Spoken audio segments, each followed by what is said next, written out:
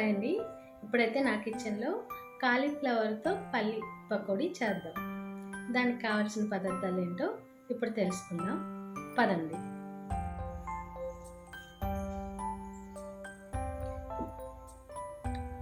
ఈ కాలీఫ్లవర్ పకోడీ కోసం ముందుగా నేనైతే ఒక కాలీఫ్లవర్ అయితే తీసుకున్నాను. దాన్ని చిన్న చిన్న ముక్కలుగా కట్ చేసుకోవాలి. ఇలాగా ఇవేంటంటే వేడి నీటిలో వేసుకుంటే దీనికి ఉన్న బ్యాక్టీరియా అవి పోయి ఇలా నీట్గా ఉంటాయి. ఇంకా దానికోసం అయితే కొద్దిగా పచ్చిమిరపకాయలు, ఇంకా అల్లం తీసుకున్నాను, కొద్దిగా కొంచెం కరివేపాకు తీసుకున్నాను, ఒక స్పూను జీలకర్ర తీసుకున్నాను, ఒక కప్పు శనగపిండి తీసుకున్నాను, ఒక 3 టేబుల్ స్పూన్స్ ఉంటాయి వరిపిండి, మీకు తెలిసే ఉంటుంది. వరిపిండి అంటే బియ్యం పిండి తీసుకున్నాను. ఇది జొన్న పిండి కప్పుకి కొద్దిగా తక్కువలో తీసుకున్నాను జొన్న పిండి. ఇవి పల్లీలు ఒక కప్పు తీసుకున్నాను. ఇంకా దానిలో మనం కొద్దిగా సాల్ట్, అంటే సరిపడా సాల్ట్ వేసుకోవాలి కదా, కారం, పసుపు. ఇప్పుడు వీటంతటిని మనం పకోడీకి కావలసినట్టుగా కలుపుకోవాలి. ఇప్పుడు దాన్ని కలిపేసుకుందాం.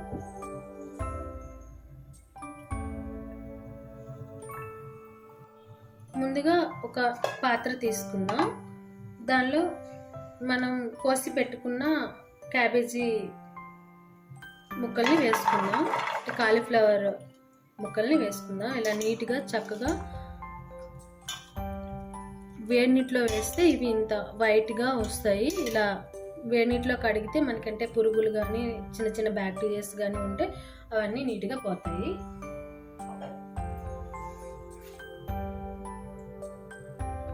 ఇప్పుడైతే దానిలో శనగపిండి వేసుకుందాం. ఒక కప్పు తీసుకున్నాను కదా, ఈ కప్పు శనగపిండి అయితే వేసేసుకుందాం.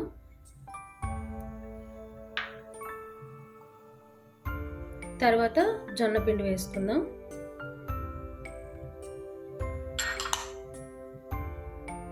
తర్వాత బియ్యం పిండి, ఇది కొద్దిగానే వేస్తే చాలు, ఎక్కువ ఏం వేయక్కర్లేదు.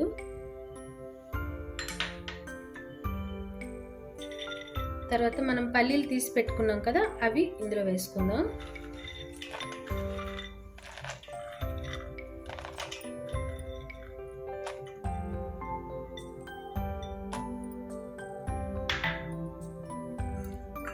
ఇప్పుడు కరివేపాకు వేసుకుందాం. కరివేపాకు ఎక్కువ ఎందుకు వేస్తున్నానంటే ఇది కంటికి మంచిది కదా, మనం తింటే చాలా బాగుంటుంది. దీనిలో వేస్తే ఫ్లేవర్ కూడా మంచిగా ఉంటుంది మనకు. కారం అయితే నేను పచ్చిమిరపకాయలు ఒక 3-4 కోసాను, ఇలా వేసుకోవాలి. అల్లం చిన్న చిన్న ముక్కల్లాగా కట్ చేసుకొని, ఇలా స్లైసెస్ లాగా కట్ చేసుకొని వేసుకోవాలి. ఇప్పుడు ఇందులోకి మనం సరిపడా సాల్ట్ వేసుకుందాం.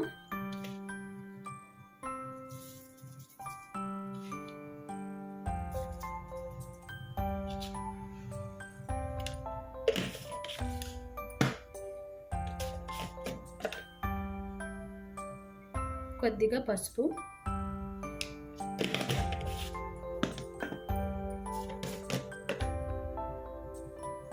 కొద్దిగా కారం, కొద్దిగానే వేద్దాం ఎందుకంటే పచ్చిమిరపకాయలు వేసాం కాబట్టి కొద్దిగా వేద్దాం. కారం ఎంత వేసినా పకోడీలకు బాగుంటుంది. పకోడీ అంటేనే కారం ఉండాలి. ఇప్పుడు వీటంతటిని మనం మిక్స్ చేసుకుందాం. ఫస్ట్ మొత్తం ఈ శనగపిండి, వరిపిండి, జొన్నపిండి ఈ కాలీఫ్లవర్కి పట్టేలా బాగా కలుపుకోవాలి. ఇంకా ఉప్పు, కారం, పసుపు అన్నీ వేసాం కదా. తర్వాత కొద్దిగా వాటర్ వేద్దాం.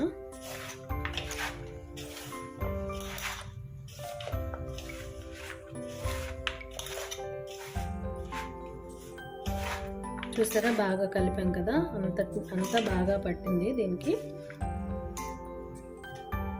ఇప్పుడు కొద్దిగా వాటర్ వేసుకుందాం.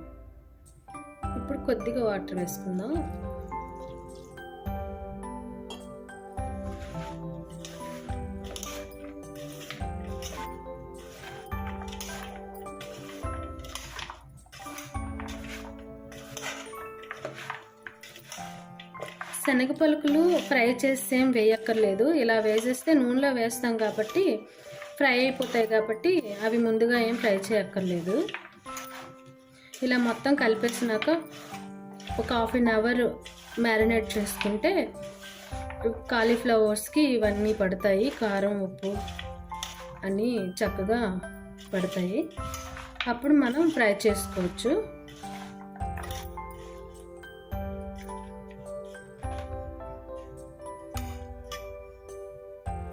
ఇప్పుడు మనం ఇది ఒక హాఫ్ అన్ అవర్ మ్యారినేట్ చేసుకొని ఉంచుకుందాం.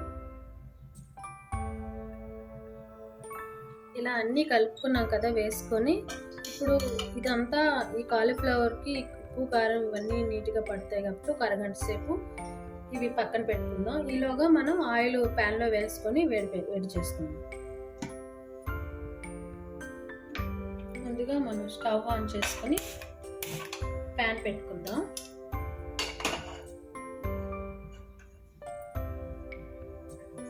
ఇందులో మనం ముక్క ములిగేంత వరకు, అంటే ఫ్రై చేసుకుంటాం కదా, పకోడీ చేస్తాం కదా, కాలీఫ్లవర్ మునిగేంత వరకైనా ఆయిల్ వేయాలి. అందుకని ఎక్కువ వేయాలి.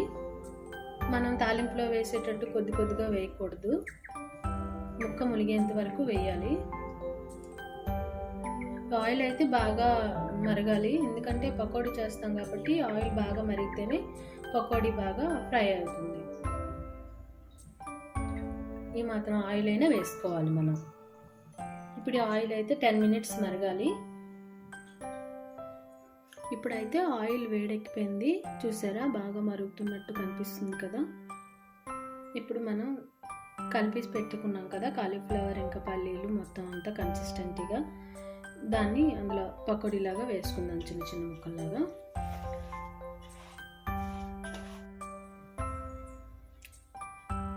ఇప్పుడైతే మనం ఆయిల్ అయితే బాగా వేడెక్కింది కాబట్టి కొద్ది కొద్దిగా వేసుకున్నాం. మరీ హై ఫ్లేమ్లో పెట్టేయకండి, ఎందుకంటే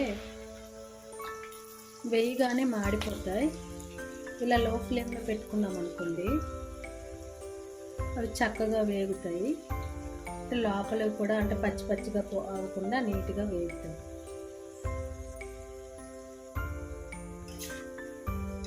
చూసారా ఎంత అందంగా కనపడుతున్నాయో, నీట్గా వేగుతున్నాయి కూడా.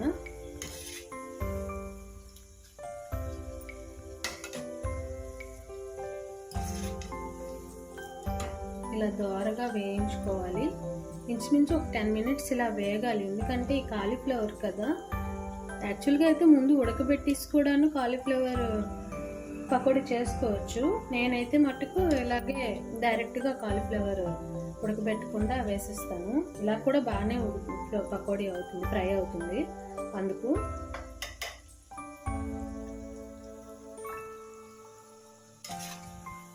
నేనైతే యాక్చువల్గా కలర్ ఏమి వేయనండి. మీకు కావాలంటే మీరు వేసుకోవచ్చు, నాకు కలర్ ఏమి నచ్చదు. ఇలా అంటే కలర్ వేసుకుని ఆ ఫుడ్ తినకూడదని చెప్తారు. కలర్ వేస్తే వెంటనే రంగు మారిపోతుంది, కానీ మనకి రంగుతో పనే ఉందండి, రుచి కదా కావాల్సింది.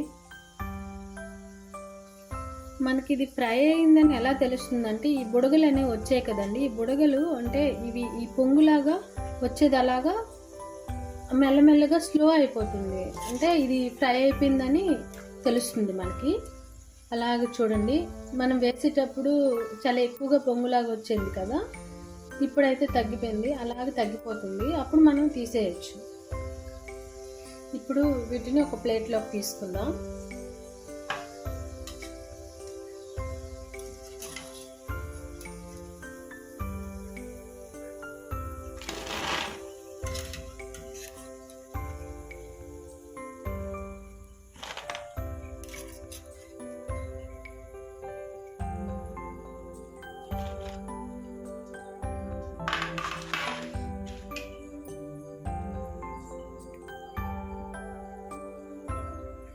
ఇప్పుడు మళ్ళీ ఇంకొకసారి వేసుకుందాం.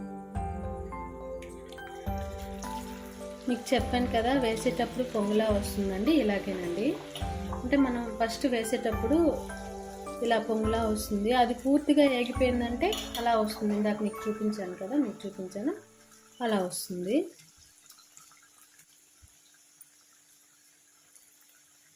ఇప్పుడు కాసేపు వీటిని వేగనిద్దాం. ఇప్పుడు వీటిని మామూలుగా కలుపుకుందాం. చూసారా, పకోడీ అయితే బాగా వస్తుందండి. ఇంకా తింటే టేస్ట్ ఎలా ఉంటుందో చూడాలి. ఇప్పుడు వీటిని సర్వింగ్ బౌల్లోకి తీసుకుందాం. వేగిపోయిందండి.